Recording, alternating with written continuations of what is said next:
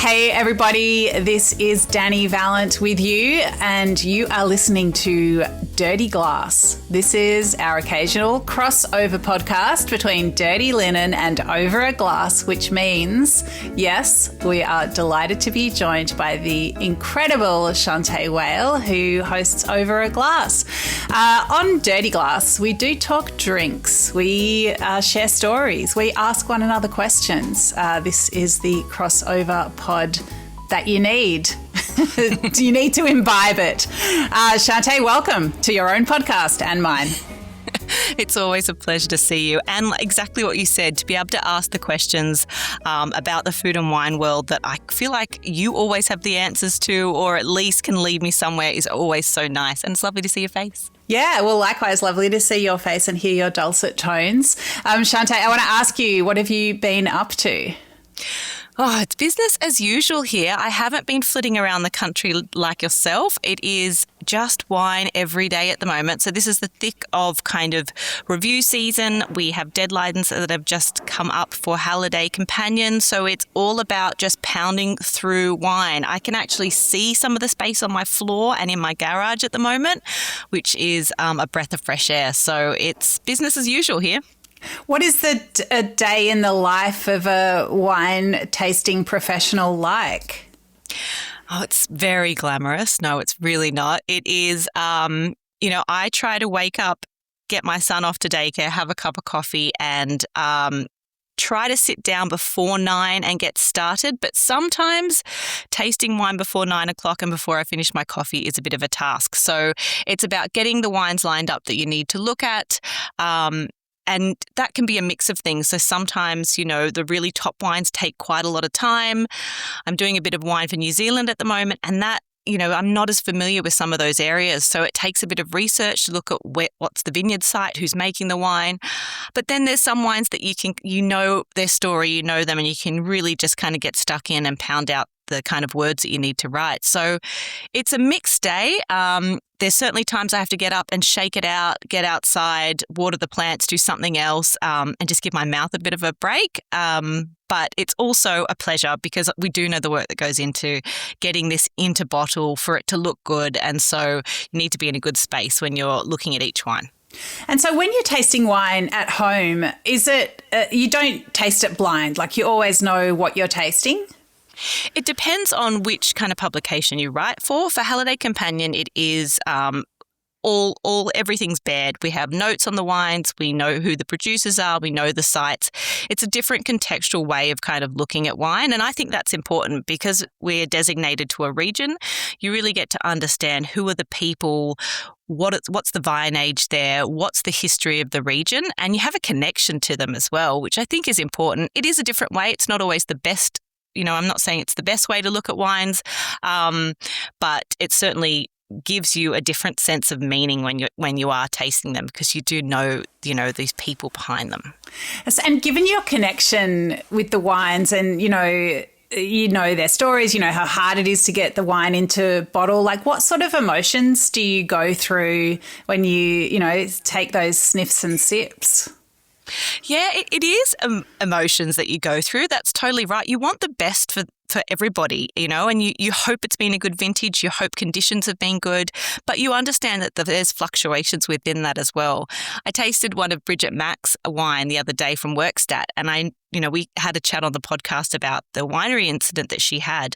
As of course, we've also got bushfires and all things going on. So when you're tasting those wines, you're championing them. You're hoping that they look as good as they can be. And if perhaps they are not the very best vintage you ever said, you're thinking about, well, who's going to enjoy this wine? How do I write about this wine that's really going to sell it correctly? And then, explain it so that perhaps if it's perhaps a cooler year and there's a lot more lifted aromatics, you can explain that so that buyer, when they go, that's the wine for me, they pick it up and it's kind of correct for them. So you're always thinking about who am I writing this for and how can I do it justice? Yeah, it must be, you've got a big responsibility. Definitely. Absolutely. Just like you do as a storyteller, it's so important because there's so much that goes into it, and then you get to a certain line, and it's not just about points, even though that means so much to people. But I'm always thinking more about kind of what I can write in those words and what that will do for the winery. Shanteh, you mentioned bushfires, and that is something that so many people in the wine and food worlds are struggling with.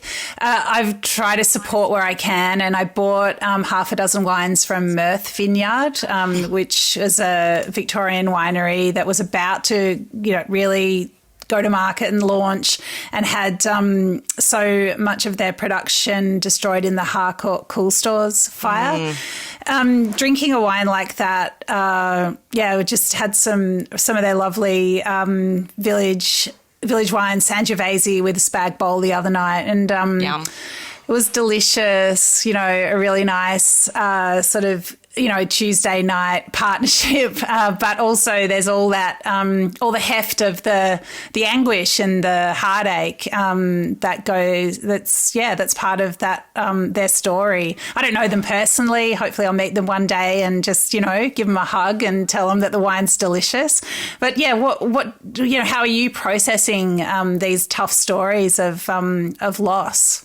It's so awful. And when all that happened, it's just that waking up and looking at the news and finding out more people have been impacted. And that's such a range, not only wineries, but liquor brands, a drinks of, which all these people that and some that you don't, it's heartbreaking to see. And it was such a wide range of not only people's museum stock, but some of their vineyards or their family homes. It was just so widespread. And it's heartbreaking to hear about that. And I do think, buying wine is so great to do for them. But I also think just keeping all of these wineries on your radar is really useful as well.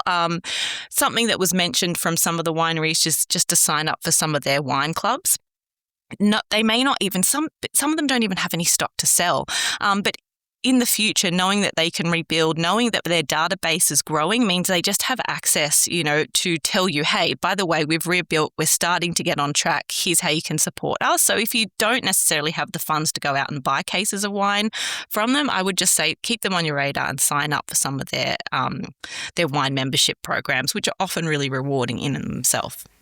I love that. And I think, and when you've got someone in your inbox, then perhaps you might see them on a wine list and you'll choose a glass of wine or a bottle of wine. It's just, having those producers on your radar can work so well in all kinds of ways.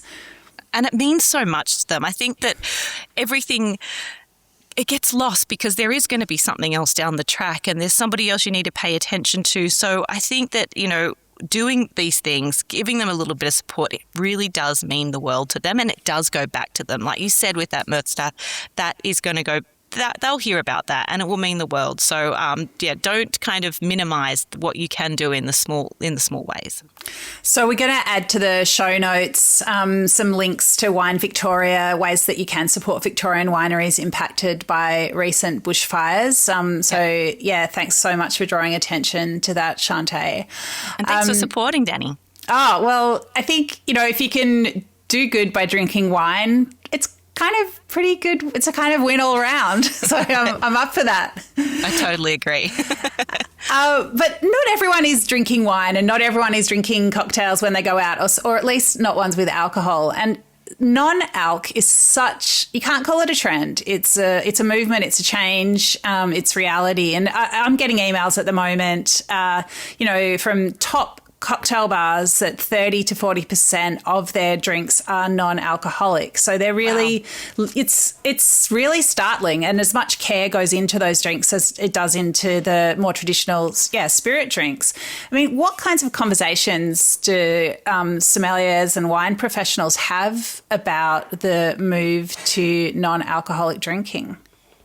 Well, I really think, like you said, this category is massive now. And in the initial parts, perhaps those conversations weren't given as much thought, but now you absolutely cannot get away with just chucking products on a list and not thinking about it. And if you do, shame on you. So it is a conversation that is about. It's tricky in terms of kind of marketing positioning versus kind of what you're willing to do in a restaurant as well. So there are some wonderful restaurants that are able to make their own tinctures, really go into creating their own drinks, and others that perhaps don't have the ability to do that. But the spread of drinks that we have these days is pretty phenomenal. And like you said, the same amount of care goes in. So, we discussed earlier about kind of where this sits in terms of how much you're willing to pay. And I think, these days, the manufacturing cost, the products that are going in, the specialty items, the branding that people are willing to put on them because they want it to be a luxury product, they don't want it to be an afterthought. All of this is adding up to a product that is demanding a slightly higher price. But I think that is so worthy. Not only are we looking after our bodies more, are we being more mindful of what we put in them, that I also think that we deserve to really, reward the people that are making a super big effort in this category. It's a really interesting one. And, people might be drinkers who are just not drinking that day, or they might be, as I've heard it called, zebra striping, where they're alternating alcoholic and non-alcoholic drinks. So it's, it's not necessarily someone who's a hard no non-drinker for, personal, cultural, religious, whatever reasons. It's certainly something that I think if you're not offering something that represents your brand at a price where you're getting a good margin, then, you're really missing out. That's so true. Dani, I wanted to ask you, because we've obviously had a couple of closures in Sydney of restaurants, as the rest of the world and the rest of Australia has over time. And I keep coming back to this question. It's something that people ask me a lot too, and that is in the category of fine dining, or in the category of upper echelon kind of dining. The economy is fluctuating so much at the moment. How are we going to maintain? Is it important to maintain fine dining, do you think? And what's the major factor in kind of thinking about sustainability for fine dining? Yeah, huge question. I feel like ever since I started being a food writer like 20 years ago, I've been writing death of fine dining stories. It's, it's the category that is always seems imperiled, yet always endures. So why is that? I think people always want places to celebrate the special occasions, and some people are always interested in what's being pushed, like what are the outer edges of experience, whether it's culinary or service or drinks or design, that they can experience in a setting that ends up being called fine dining. But what is it? Like, what is fine dining? Is it just when you pay attention to so many details that it adds up to expense? Is that fine dining? Does fine dining mean white tablecloths and snooty waiters and God, hope not. punishing tasting menus? I think, we've got to talk about Quay, because that's been such a big part of your life and Australian culinary history, and it's recently closed after, I think, 37 years, totally at the top of the tree. But I think a restaurant that's a really interesting counterpoint to Quay is Yiaga, which has recently opened in Melbourne. So amazing. So sort of out of the Vue de Monde family, and stewarded by Hugh Allen. It's a really, I think it's a restaurant we could look at as a possible future for fine dining, where it is exquisite, the design is impeccable, thoughtful, and will only become better over time because it's situated in a park, and the plantings will only sort of grow and support and envelop and that restaurant and change not only hour by hour, season by season, but year by year. So I feel like it's a restaurant that instantly makes you feel it's timeless, which is quite an achievement. But I think it's delivered with a very light touch.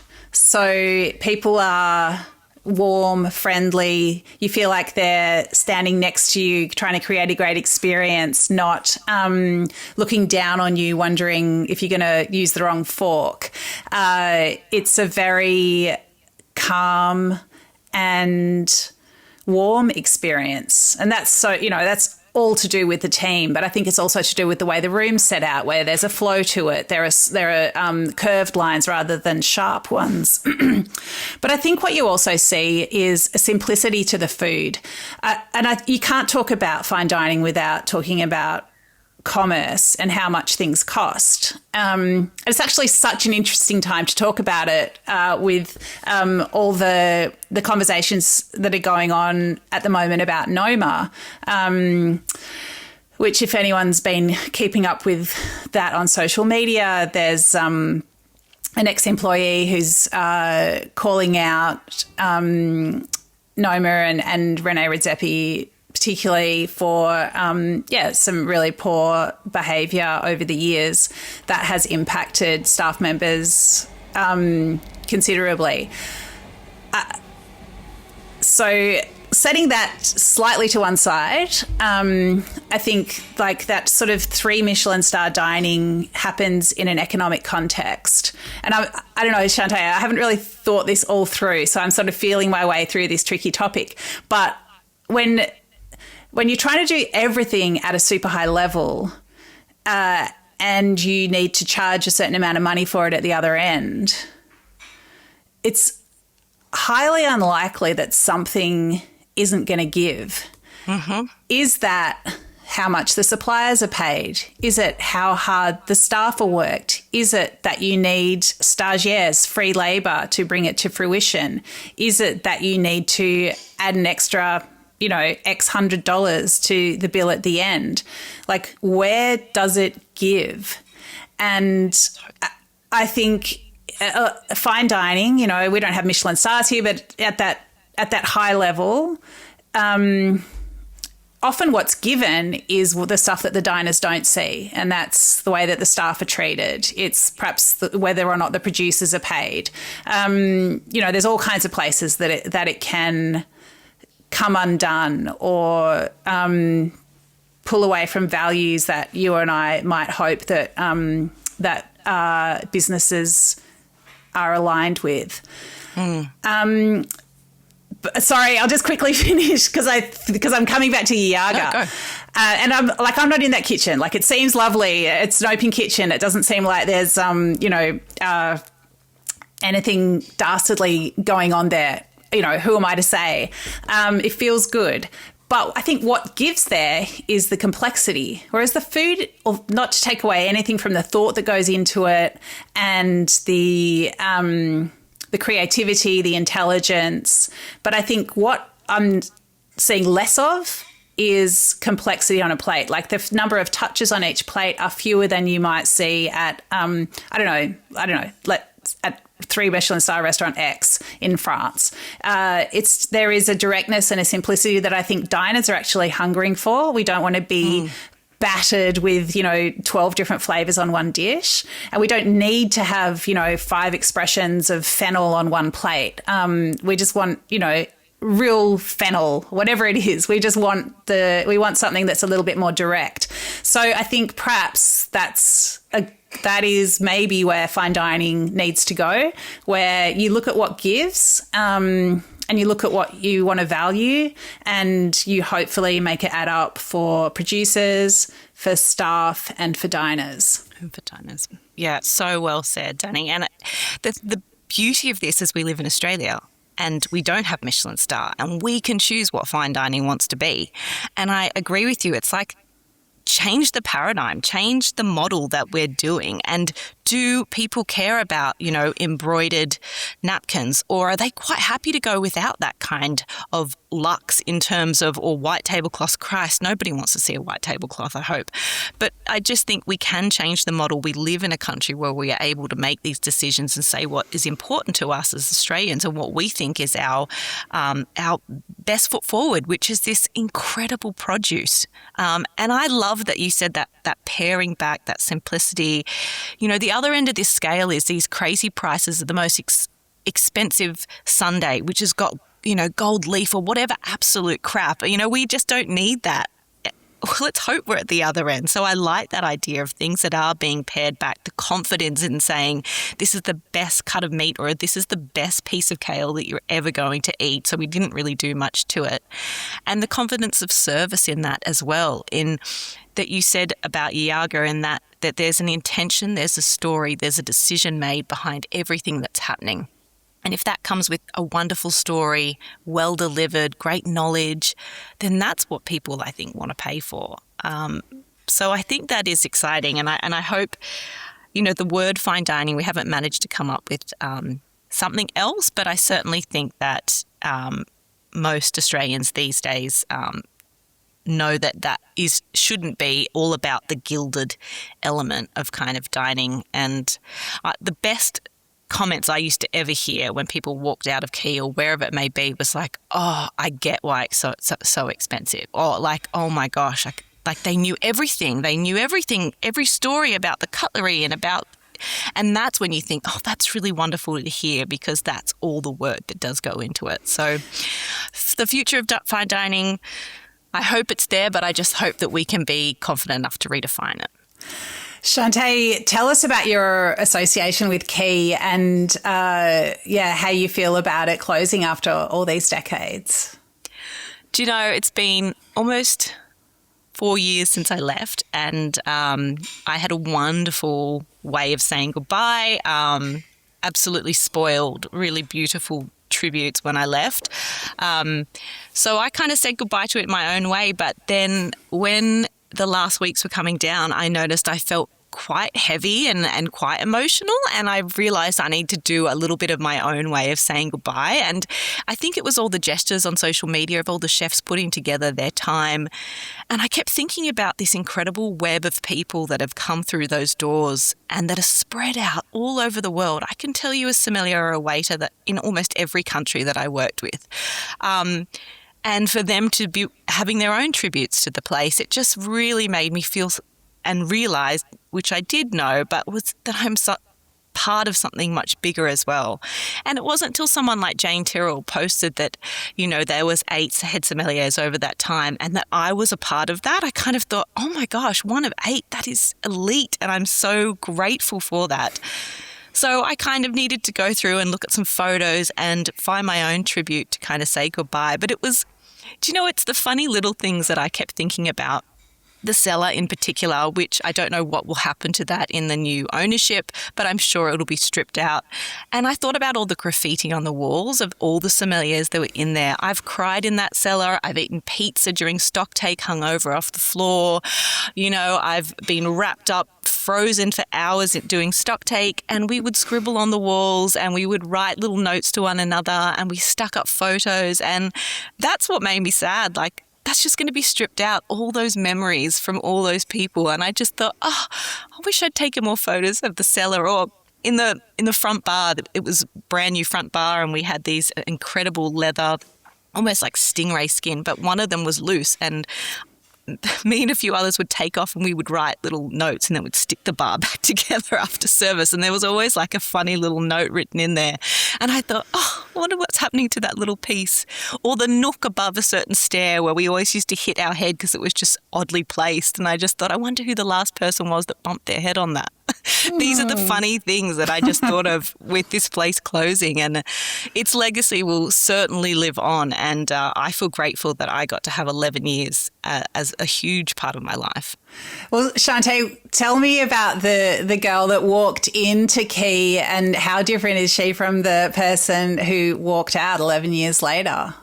Oh my goodness. I think I'm just as annoying. I think that was a comment from most people, was that I was very keen and incredibly annoying. I wanted to prove myself so desperately, and I felt so out of whack. And I'll never forget serving. We used to have 4 types of bread and silver service, and I was so nervous. I was shaking putting the bread down on someone's plate. The poor person, the diner that was receiving the bread, I was shaking the rice seeds all over the shop. But I think I am still that annoying little person inside, desperate to prove myself and so keen to learn more. But a quiet confidence that has come through the many years of service. And I think I am better at reading a room, and certainly I have learned so many social skills about how to interact with lots of people. And that was the beauty, is that our diners were so diverse, and I don't want to serve one particular type of person. I want to see all of it, all the colours. And so I think that the person that left is, just got, certainly my wine knowledge is better for sure, but what the skill that I really love is my people knowledge, I think.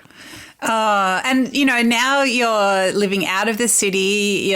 You've got wine bottles from here to the garage. I don't know. Like, is it very different for you now being out of that day-to-day of hospitality? Yeah, it is, but I think hospo, you're a lifer. Hospo's part of you forever. You still say backs when I still occasionally say that. And you still appreciate customer service so deeply. But yes, life is much slower. I drink 1 coffee a day as opposed to maybe 6. But I'm so grateful because I feel like that skill really never dies. A bit like riding a bike, it's always there for you. And in everything I do now in my life, which is lots of different kind of balls in the air, but I take those hospitality skills through day to day in everything. I can't say I never use them. Standing up in front of people now, I do MC events and big festivals. That confidence came from standing in front of 8 guys, who didn't want to listen to a female sommelier on a Friday afternoon. That confidence is instilled over time, and now I feel very comfortable speaking in front of 500 people if I have to.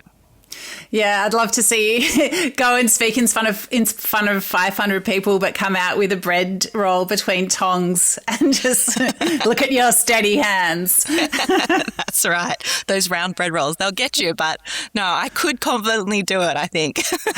I'm sure you could. Dani, tell me a little bit. You have been traveling, which you do so well, and you always take us along for the ride, which I love. But you've just been in the Garn and going through the NT. That is something that I have always imagined is something for retirees. Did you love it, and would you recommend it to people? Yeah, so the GAN is the train that goes between Adelaide and Darwin, and it's definitely a bucket list experience for a lot of people that, we chatted to on the train. So yeah, certainly a lot of people in that sort of retiree bracket who've probably been dreaming about that trip for years, been saving up for it. But there were younger people as well. So, perhaps people from other parts of the world, so a mum and a daughter from Asia, some English cricket fans who had a few days up their sleeve because one of the tests went shorter than it was supposed to. So it's definitely an amazing experience that I would recommend to anybody because, we started in Adelaide, ended in Darwin, and the scenery just changes hour by hour. You start in the sort of grasslands. By the first morning, you're on red dirt, and the closer you get to Darwin, the more it becomes tropical. You're going through rainstorms, and there's buffalo and wild horses. So it's pretty incredible. You would really appreciate the talents of the service team, especially in regards to pouring wine as the train rocks from side to side. Really gorgeous young team. A lot of people doing it as a gap year experience, and certainly a lot of long-term staff as well. But the enthusiasm that they have for creating, really living up to this lifetime experience that a lot of people are there for, and creating those memories for people, it's really heartwarming. Like it's the best of hospitality, where people are just super keen and really delivering an experience, perhaps not with the kind of experience that you've had, or the kind of not necessarily that wine knowledge, but they're definitely all about building up their knowledge and their skills. And they can pour wine where it's moving like this. So yeah, there's definitely some unusual skills that you need to work on a train like that. I guess the bonus is that you end up in Darwin. I hadn't been there before, and as a food town, it is extremely rewarding. So yeah, really awesome Asian food. Like I think Darwin's, famous for its luxes. So it's fantastic to trip around town trying different luxes.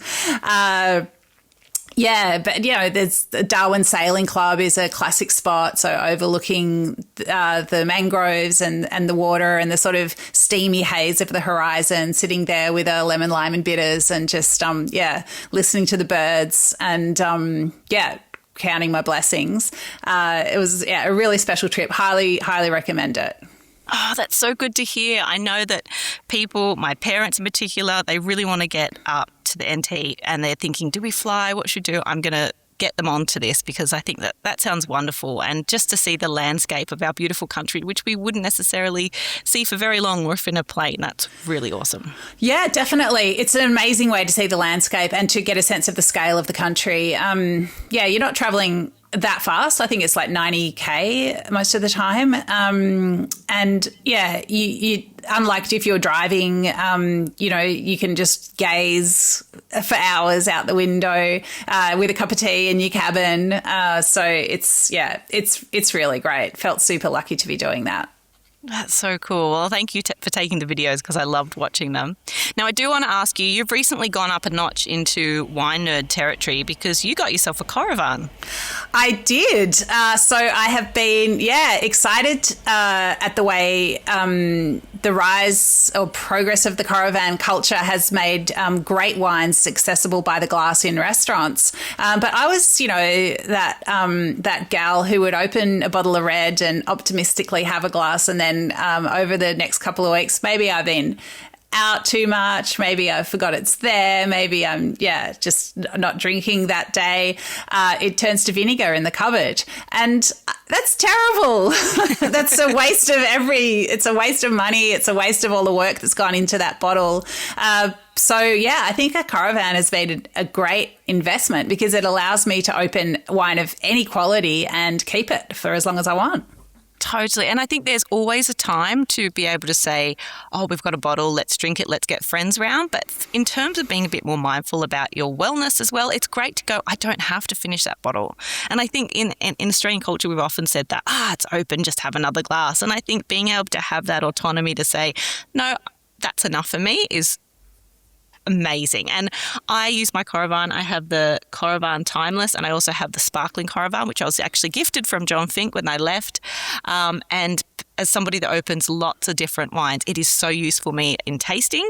But I also really appreciate being able to have a glass of sparkling and then hand it on to somebody else, my family members or what it may be. So I think it's a really very cool invention. And I think that having it in a family home is actually maybe not for everybody, but I think, will really reward the more you use it and the more you realise just how much you can get out of your bottles of wine. I think it's really cool. Yeah, I'm absolutely loving it and would love the sparkling one. For my next birthday, we'll write that on my list. But for people who perhaps don't know what we're talking about, can you just give us the little 101 on what a Coravin is?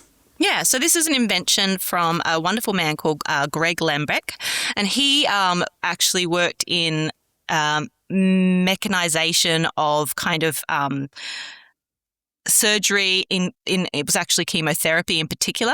And so he came up with this wonderful invention, which is essentially a system that uses very, very thin hollow needle to pierce the cork, and then it inserts argon gas to fill that space where the wine comes out from, pressurizing the bottle and allowing the wine to flow out without oxygen entering, which essentially keeps a wine fresh. He did studies for up to 14 years looking at wines over time. So it works with the cork, but they've also come up with a resin screw cap system as well, which you can take the cork or Stillman cap off, pop on the resin cap and then utilize it. So it looks like this. It looks a bit scary, but it's not scary. And essentially, you're able to extract what you want to drink. And like you said, in restaurants, we've seen this being highly successful because of those really expensive bottles that you're perhaps not sure who's going to order it and when they're going to order it. And you're able to keep the wine fresh and in great condition for however long. Now, for me, I tend to like to usually drink them within a month or so. I just think I also forget sometimes if I'm leaving it for a few years. Oh God, was that Coravin or it wasn't? So I usually try to kind of circulate them within a month, but there's certainly been testing that it can go for a lot longer than that. So very cool little system. Like I said, there is a different preservation system for sparkling where the top goes on and CO2 is charged with CO2 gas that maintains the internal pressure and the carbonisation of sparkling. So very cool system. And yeah, I think everybody should get one. I mean, not everyone, but if you're interested, it's a cool toy to have. It's a good talking point around a restaurant, that's for sure too, or around the dinner table. Yeah, definitely. So Shanteh, we've talked a lot about drinks, but what have you been eating recently? Well, I'm trying to get lots more vegetables into my life. So I had a little test with myself to see how many veggies I can get into a meal. I'm kind of averaging 6 to 7 at the moment. So, and we're having a few more vegetarian or vegan nights where possible during the week. But I struggle a little bit because I do live an hour and a half outside of Sydney CBD. In my small town, we have a Coles and that's all. And the fresh produce store that was here when I started has since closed down. So the only option we have is Coles. And I drive a bit further sometimes to shop at Aldi. I support the local butcher. We used to have 2. One has shut down. We now have 1. But I'm always flooded with my Instagram and social media on all these different options for purchasing direct farm to table and producers. And so I wonder, I know I tend to go with local in my area. So I know there's a really cool game butcher in Woonona, which is about 25 minutes drive from me. I can get great lobster and a couple of different fish from a local diver that's around this area. But is there a good option for kind of going a bit more direct farm to table, or is that kind of a bit of BS? Is there a lot of people that are not cutting out the middleman that say they are? Where do you get all your produce from? I think this topic is so big, and I think what you're saying would resonate with so many people, where it's all very well to bang on about, fresh, organic, straight from the farm. But what about when you don't have access to it? And, there's questions of, does the shop actually exist? No, I've only got Coles. Or is it prohibitively expensive? Is it, do I know how to cook that stuff because I haven't sort of grown up or been taught how to cook seasonally? They're big systemic issues that you point to. And, when you talk about the fruit shop closed down, one of the butchers closed down, well, that's what happens when people aren't supporting local or perhaps aren't in a position to support local. But then you don't get trained in using different ingredients or seasonal ingredients. You get out of the habit and you go to the shops with a shopping list rather than to see what's looking great. And so the cycle just becomes more embedded. So what to do? And, I think people in cities maybe ironically have better access to small growers just because of the economies of scale of getting produce around the place. But one national organisation that we need to check if they actually deliver to you, Shanteh, but Farmers Pick is not a bad one to look at. Okay. Farmers Pick, I think it's just farmerspick.com.au, we'll put it in the show notes. Their mission is to take imperfect produce from farmers, produce that would often be discarded because it doesn't fit the specs of the supermarket. It might be, cauliflower that's too big or too small, or wonky carrots, broccoli that's been slightly frizzled by the sun but is still delicious. So they're taking that produce and selling it in boxes direct to consumer at cheaper than you would get it at the supermarket. So it's got those dual or triple goods of looking after farmers, delivering seasonal produce to consumers, and also having it at a lower price than retail. So I think that's certainly worth looking at. we're doing a series on dirty linen. We've just done one episode so far with Jenna Abruzzese, who has Addington Farms, and she's a chef who's moved to the country and is growing lamb and selling it direct to consumers, very small scale, just selling boxes to consumers every season. So that's very micro, but very appealing to me. I just love that, you almost know the lamb that you've got in the oven, which is very confronting for some people. But I think, especially with meat, I'm definitely looking to know the producer, if not personally, but to at least know who they are and where it's grown, and to know that they're giving the animal, its very best life, and that they really care. But it's about access, and it's about expense. It's about all kinds of things like, do you have a freezer that you can put a bunch of lamb in as you get through it? Can you front up, that cost at once, and then, it'll amortize over the weeks ahead, but perhaps you don't have that cash flow. So there are so many questions in terms of access to food, and it's really not good enough to just say, buy from the farmer's market, eat seasonally and locally, when access is such an issue for all kinds of different reasons.